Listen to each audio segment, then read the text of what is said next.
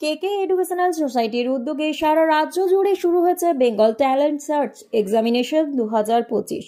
এই পরীক্ষাকে কেন্দ্র করে বার্নপুরের সুভাষপল্লীর অবৈতনিক প্রাথমিক বিদ্যালয়ে বিপুল সংখ্যক ছাত্রছাত্রীদের উপস্থিতি লক্ষ্য করা যায়। শহরের বিভিন্ন স্কুলের ছাত্রছাত্রীরা অংশগ্রহণ করে এই প্রতিযোগিতামূলক পরীক্ষায়। প্রথম শ্রেণী থেকে দশম শ্রেণী পর্যন্ত ছাত্রছাত্রীদের জন্যই আয়োজিত এই পরীক্ষা বাংলা, ইংরেজি, গণিত এবং পরিবেশ বিষয়ে প্রশ্নপত্র রাখা হয়। পরীক্ষার স্থান অধিকারী ছাত্রছাত্রীদের আগামী দিনে এক বিশেষ অনুষ্ঠানের মাধ্যমে পুরস্কৃত করা হবে।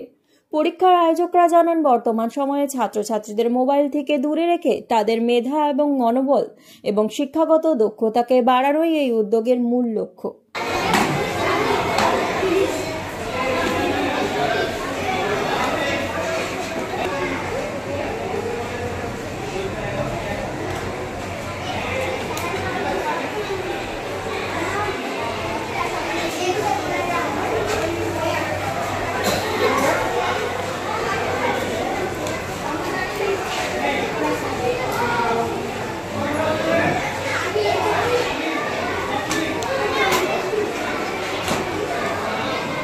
বেঙ্গল ট্যালেন্ট এক্সাম চলছে।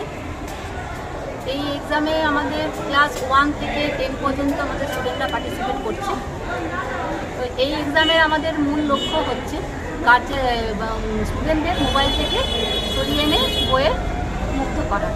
কিন্তু আমি আসানসোলের অর্গানাইজার হিসেবে বলছি, এটা আমাদের আসানসোল সাব ডিভিশনের দ্বিতীয় পরীক্ষা, যে পরীক্ষার নাম বেঙ্গল ট্যালেন্ট। প্রথম পরীক্ষাটি হয়েছিল আমাদের ধাতকা এনসিলারি বিদ্যা মন্দির, যেখানে 1000-এর উপর কম্পিটিটর ছিল।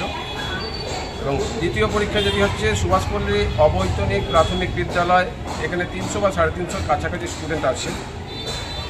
এই প্রথম শ্রেণী থেকে দশম শ্রেণী পর্যন্ত এই ছেলে মেয়েদের এই পরীক্ষায় পার্টিসিপেট করানো একটাই লক্ষ্য, যে তাদেরকে বলা হয় মোবাইল থেকে বিরত থাকা।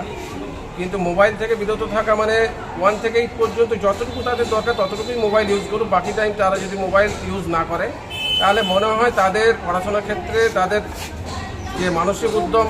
এবং এরপরে আমাদের যে পরীক্ষা আছে সেটা হচ্ছে চিত্রকলা রামধনু, সেটা নভেম্বর মাসে আছে। সেটা কন্যাপুর হাই স্কুলে অনুষ্ঠিত হবে। এটা কেজি নার্সারি থেকে শুরু করে আপ টু ক্লাস 10 পর্যন্ত।